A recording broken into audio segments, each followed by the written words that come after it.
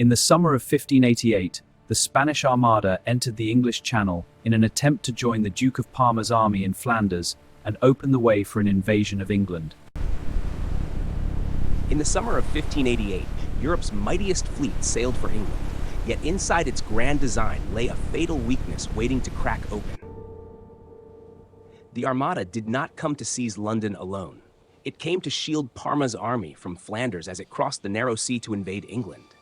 That meant Spain's victory depended on a meeting upon the water, a junction so exact that even small delays or confusion could ruin everything. So the central question of this campaign is simple and brutal. Why did that crucial meeting at sea never truly happen at the decisive hour? Philip II meant this invasion to break Elizabeth, restore Catholic strength, and stop England from feeding the Dutch revolt across the sea. He gave the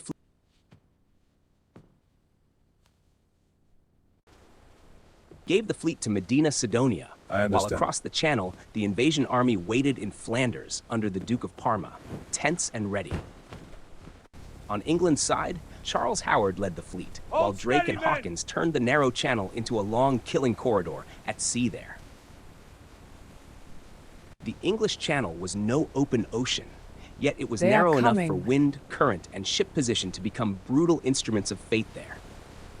Off Flanders lay shoals and shallow water, where large ships struggled to move, while Dutch vessels could block the exits with deadly patience. On paper, the Armada looked like a floating wall.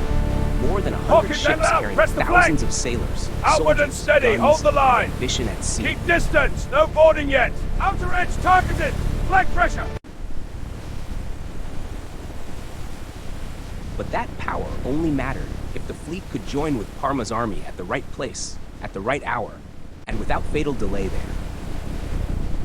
As the Armada entered the Channel, it held a tight crescent formation to shield its ships and keep its steady course toward the eastward route. The English did not rush into older battles demand. They hovered outside, fired, withdrew, cut in, and slipped away with care. Each early clash exposed an ugly truth that Spain could neither ignore nor easily correct. The campaign moved deeper and deeper eastward. The Armada was immense, yet it could not force the English into the close fighting distance that Spain needed to exploit to the fullest there.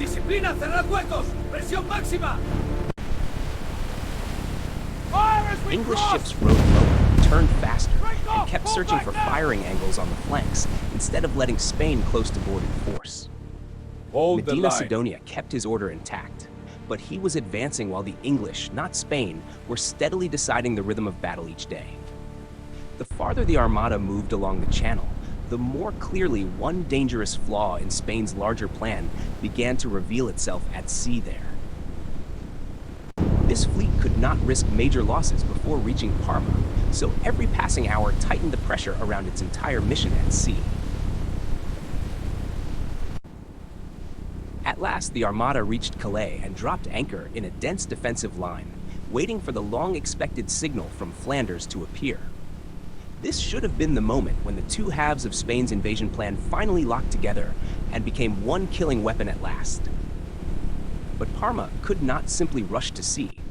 His force lacked ready transports, and Dutch blockading ships still sealed the narrow exit offshore.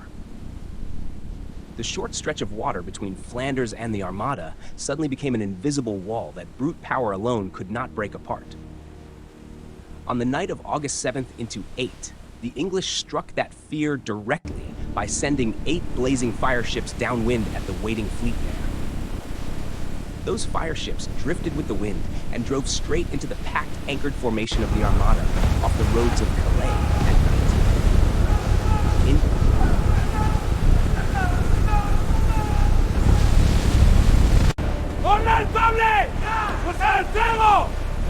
In panic, Spanish crews cut their anchor cables to avoid burning alive. The crescent formation broke apart in the darkness offshore at once.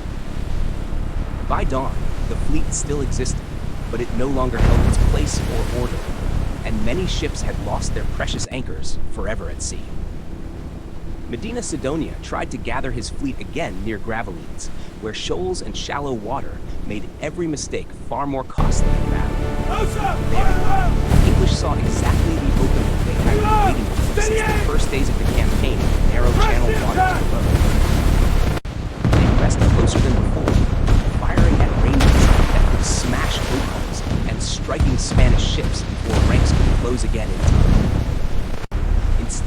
floating fortress, the Armada had become many targets, each struggling alone through smoke, contrary wind, and hard water at sea. Spain's great ships still fought fiercely, but they could not turn the battle into a mass boarding action that favored soldiers on deck that day. Every English broadside tore at planks and rigging, but it also ripped deeper into Spain's fading chance to reconnect with Parma at all there. Gravelines was therefore not only a naval battle, it was the cutting of the final link in Spain's entire invasion design at sea that day.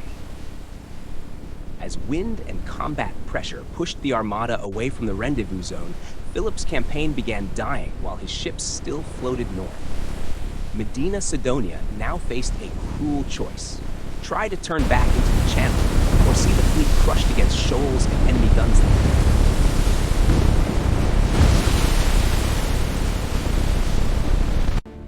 Withdraw. Turn north. Signal He the turned fleet. north Turn instead, north. accepting that each Course is set, mile sir. away from Flanders buried the plan to escort Parma's army across into England for invasion. That was the irreversible breaking point of the entire 1588 campaign, the moment the invasion ceased to be truly possible for Spain at all. The Armada was not annihilated in one day, but it had lost the mission that gave meaning to its enormous existence and purpose in war forever. From that moment on, Spain's fleet was no longer advancing toward conquest. It was retreating along a long and savage road to survive at all. Northern seas, the rocky coasts of Scotland and Ireland, and failing supplies turned the retreat into a slow and extended sentence of death. Many ships were wrecked or cast ashore, and survivors carried back to Spain the story of a campaign broken from within at its core there. England did not merely escape invasion, it also preserved its Protestant state and the strategic breathing room it badly needed ahead of war. The Dutch revolt was also spared the danger of strangulation through a successful junction between Spanish sea power and Parma's land power.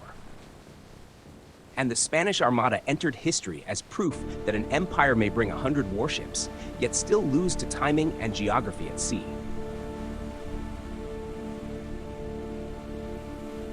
The campaign ended in an English strategic victory. The Armada failed to join Parma, was driven out of the Channel, and was forced into a long retreat through northern waters.